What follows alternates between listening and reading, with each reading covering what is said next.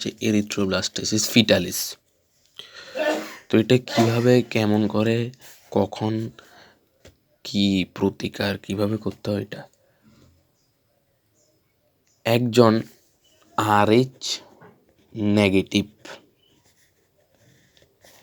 ব্যক্তি দেহ যদি কন্ট্যাক্টে আসে RH প্লাস পজিটিভ ব্যক্তির কন্ট্যাক্টে আসছে, এটা একজন RH নেগেটিভ ব্যক্তির দেহ যদি RH প্লাস পজিটিভ ব্যক্তির সংস্পর্শে আসে, কন্ট্যাক্টে আসে, তবে RH নেগেটিভ ব্যক্তির দেহে, এই RH নেগেটিভ ব্যক্তির দেহে RH অ্যান্টিজেন বিরোধী, এই RH অ্যান্টিজেন বিরোধী এটার এগেনস্টে একটা অ্যান্টিবডি তৈরি হয়, আর এটার এগেনস্টে একটা অ্যান্টিবডি তৈরি হইব,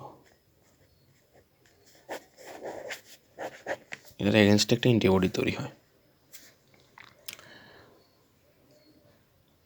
তাই RH নেগেটিভ গর্ভবতী মাতার রক্তেও তার গর্ভস্থ RH পজিটিভ শিশু ভ্রূণের রক্তের মধ্যে এক বিশেষ ধরনের RH অসঙ্গতি পরিলক্ষিত হয়। মানে এই এখন ছেলেটা যে বাবা সে RH পজিটিভ, মা RH নেগেটিভ, সন্তান যেটা হবে সেটা RH পজিটিভে হবে, RH পজিটিভই হবে। তো তখন কি হবে,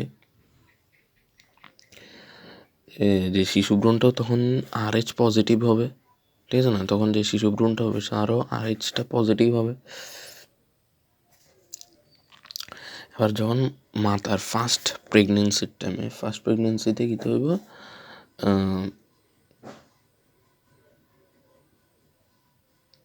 মাতার ফার্স্ট প্রেগনেন্সিতে হবে যে RH শিশু ভ্রূণের RH অ্যান্টিজেন মাতার RH নেগেটিভ, মানে যে শিশু ভ্রূণের যে RH অ্যান্টিজেনটা আছে এটা অবশ্যই এটার কন্ট্যাক্টে আইব, তো এটার কন্ট্যাক্টে আইবই, কন্ট্যাক্টে তো আইবই, এটা তো এটার কন্ট্যাক্টে আইবই, RHটা RH নেগেটিভের কন্ট্যাক্টে আইব। ও সঙ্গে RH নেগেটিভ রক্ত সংস্পর্শে আসবে বলতে গেলে এটা কখন আসবে, যখন এটার বিরুদ্ধে একটা অ্যান্টিবডি তৈরি করে। নর্মালি তো আসবেই না, কিন্তু কারণটা কি? কারণ হচ্ছে মাতা ও শিশু ভ্রূণের রক্ত অম্লা বা প্লাসেন্টা দ্বারা পৃথক থাকে।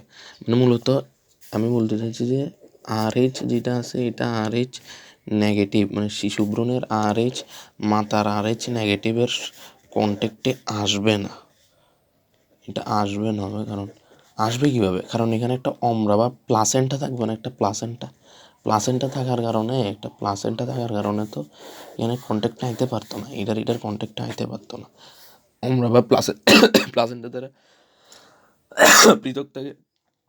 তবে প্রথম সন্তান যখন হইব, প্রথম ফার্স্ট বেবি, একটা বেবি যখন হইব, তখন শিশু ভ্রূণের অল্প পরিমাণ RH পজিটিভ রক্ত RH নেগেটিভ রক্তে আসার সম্ভাবনা থাকে। তখন যখন মানে ফার্স্ট বেবি হইব, সেই বেবিটার তখন RH পজিটিভ বেবির মাতার RH নেগেটিভ রক্তের সংস্পর্শে আসার প্রবাবিলিটি থাকে। হ্যাঁ, এটা RH পজিটিভ আসার প্রবাবিলিটি থাকে। তো কি হয়, আবার মাতার পরবর্তী সেম এরকমভাবে এলে মাতার RH একটা এটার এগেনস্টে একটা অ্যান্টিবডি তৈরি করবো, এটার এগেনস্টে একটা সেমভাবে অ্যান্টিবডি তৈরি করবো না, RH এটা একটা অ্যান্টিবডি কী কয় তৈরি করতে শুরু করে। এবার মাতার যখন সেকেন্ড প্রেগনেন্সিতে এটা আরও বাইরে যাবে, মাতার আর রক্তের RH অ্যান্টিবডি শিশু ভ্রূণের রক্তের RH সংস্পর্শে চলে আসতে পারে, এবার তো সংস্পর্শে আইবই। তো যার কারণে শিশু ভ্রূণের লোহিত রক্তকণা বলে এবার তো এবং ফার্স্ট প্রেগনেন্সিতে তো কিছুটা সংস্পর্শে আসবো, সেকেন্ড প্রেগনেন্সির মধ্যে অনেকটা কাছাকাছি আয় পড়বো। তো আনার পরে যে শিশুটা হইব, মনে করো যে বেবিটা হইব, সেই বেবিটার যে RBCগুলি আছে সেই RBCগুলি ধ্বংস হয়ে যাবে, মানে ডেস্ট্রয় হয়ে যাব, ড্যামেজ হয়ে যাব। তো তখন শিশুর একটা মারাত্মক রক্তাল্পতা বা জন্ডিস চলতে পারে, এর ফলে শিশুটা মরেও যেতে পারে। এই অবস্থাকে আমরা এরিথ্রোব্লাস্টোসিস ফিটালিস বলা হয়। কী কয়, এই রোগটাকে বলা হয় এরিথ্রোব্লাস্টেসিস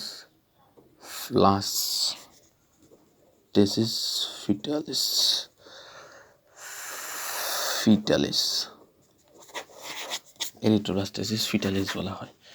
সুতরাং যখন কেউ বিয়ে করবে তখন